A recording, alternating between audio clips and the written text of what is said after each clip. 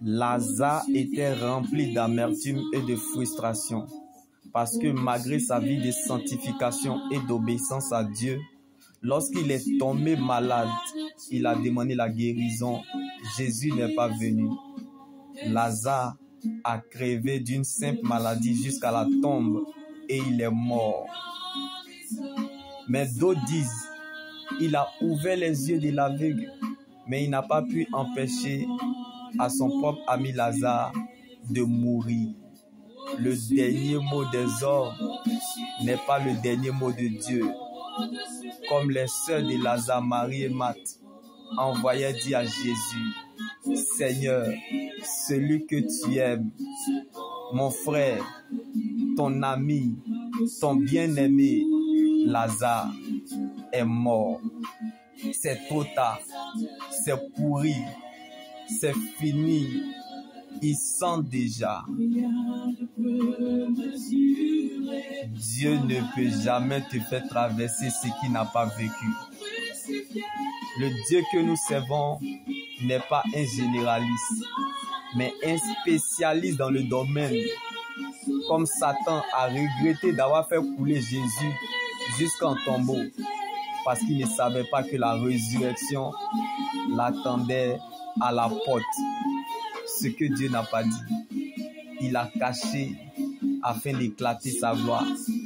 Comme Jésus pouvait nous le dire, où l'avez-vous mis?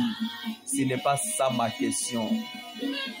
Même si il sent bon ou mauvais, même s'il est pourri, même s'il a péché, même s'il est drogué, même s'il est prostitué, même s'il est, je l'ai choisi. Dans ses défauts, je l'ai choisi. Dans ses erreurs, je l'ai choisi. Dans son iniquité, je l'ai choisi. Car on ne jette jamais l'or qui est souillé de la boue. Combien l'Éternel, notre Dieu, en ta faveur, comme il a donné des hommes à ta place et des peuples en échange de ta vie. Donc, tu as de l'importance aux yeux de l'Éternel.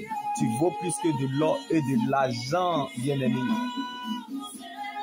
Alors rappelle-toi qui t'a aimé plus que sa propre vie. Donc les obstacles ne peuvent pas changer le résultat. Rien et personne ne pourra empêcher à Dieu d'accomplir sa volonté dans ta vie.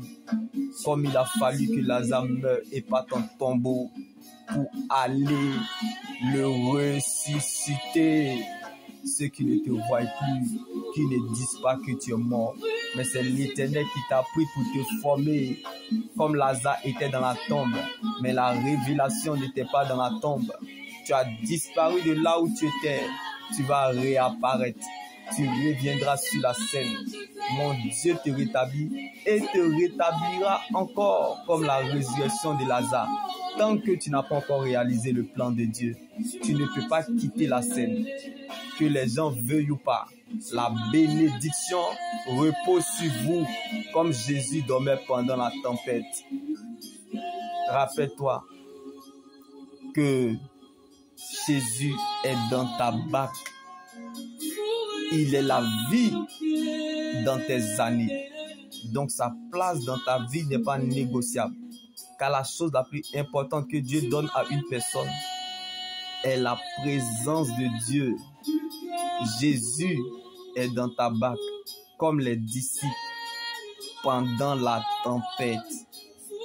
Apprécie ce que Dieu t'a donné, même si le Seigneur n'est encore rien dit. Mais je sais que tu dois garder ce qu'il t'a dit. Nous appelons la paix en décidant d'être calme dans le présent. Car on peut avoir le même corps, mais l'intérieur qui a changé. On parle de la nouvelle naissance. Donc c'est ton attitude en face de la situation qui déterminera la qualité de ta vie. Et c'est ton attitude envers les autres qui préparera ton altitude. Shalom.